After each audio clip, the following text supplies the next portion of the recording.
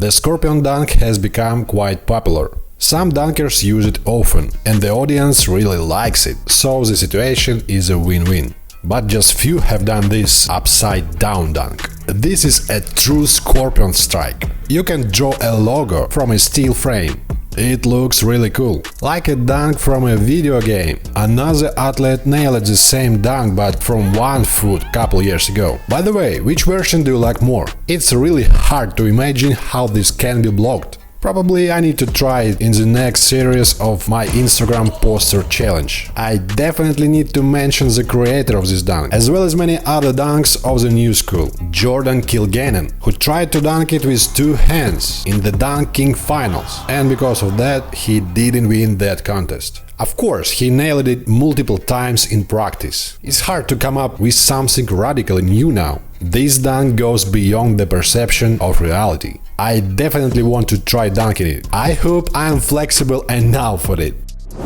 Another successful attempt, double dunk by Jared Ross, no longer elicits such a strong reaction. Although it seems like jumping off 1 foot, doing between the legs and behind the back in one jump, even this combination of words excites the mind. It feels like society has already grown tired of dunks, or maybe it's just that dunking doesn't provoke much excitement anymore. But it just has to be in this video. This extremely difficult dunk was not only practicing and training, but we have seen it multiple times in dunk shows and contests, including from Jared Ross. But in my opinion, it looks more spectacular when Jordan Southarland executed it. These are what I call truly cool dunks. Creative and incredibly complex. Technique and speed must be pumped up to 101% and based on high enough jump of consistently dunking. Once Jordan Southarland and Jared Ross met at FIBA 3x3 contest, and both tried to dunk it. It was quite far, but imagine what a contest it would have been if both had nailed it. Who do you think was closer that day?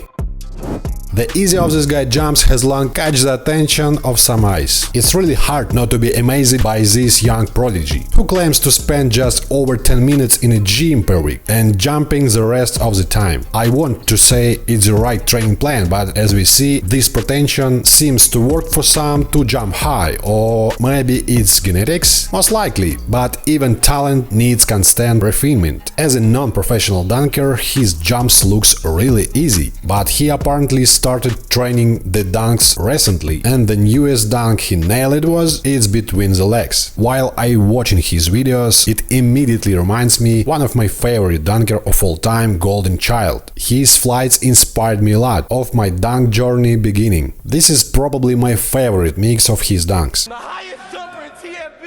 The funny thing is Kevin Kemp still jumps almost high, even though it seems like his prime was in the last century. Too many questions.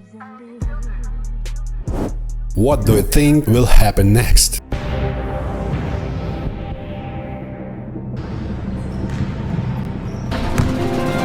Operands can often be deceptive, and this is one of those cases. Although everyone knows who American high schoolers are. In Dominic's case, it's really unexpected to see such a complex move done with style. Flashback to the NBA dunk contest in 2016, where Aaron Gordon set a precedent with his performance. After 8 years, who was better, Zach LaVine or Aaron Gordon? Returning to Dominic, I can say that it's nice to see such a cool dunks from the younger generation. And this is far from his only dunk of this caliber. What do most people like the most about dunks? I'll answer from my experience. Of course, high jump, style and beastie power. All of this combines in one person.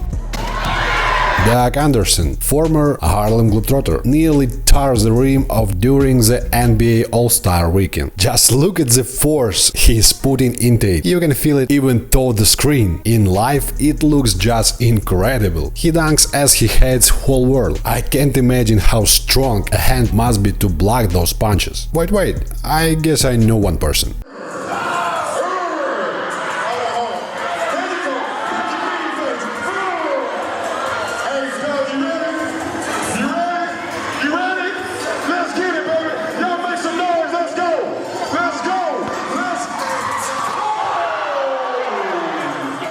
He is just one of the few who can hang on the rim after such difficult dunks, and the two-handed finish of these dunks really surprised me the most. This year, Doug for me revealed himself as a technical dunker. It's amazing, he just dunking under both legs very first time, at least I never seen before on social media, just a few months ago, and he has already upgraded it so much. Doug is powerful puncher. His dunks will never kiss to a mace, and with an expanding arsenal, he becomes more and more dangerous. NBA All-Star Weekend is of course not just the main contest of the NBA All-Star Game, but a huge number of events around the main event. It often happens that dunk contest in G League is more spectacular or at higher level. This year we saw similar highlights from this court. The fake 360 between the legs was strongest dunk on this contest, a very difficult and beautiful dunk, which doesn't happen often, and the versatile and therefore unique winner of the contest, Jordan Jackson, who managed to amaze the audience and judges as a dunker who can jump off 1 or 2 feet. Especially in slow motion, it looks awesome. It's evident that Jordan is very light, which allows him to either avoid support altogether or make it unconsciously, and almost all of this coupled with the style makes his dunks very spectacular.